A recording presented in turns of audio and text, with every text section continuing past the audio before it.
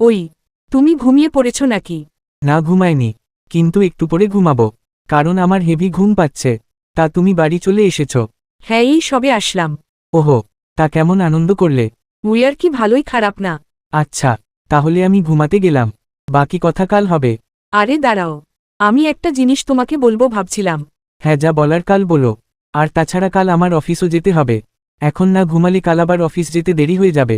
আরে বেশি সময় লাগবে না, তুমি শোনো তো আগে। আচ্ছা ঠিক আছে, বলো। হ্যাঁ, জানো আজ যার বিয়েতে গেছিলাম, ওরা কত সুন্দর অ্যারেঞ্জমেন্ট করেছে।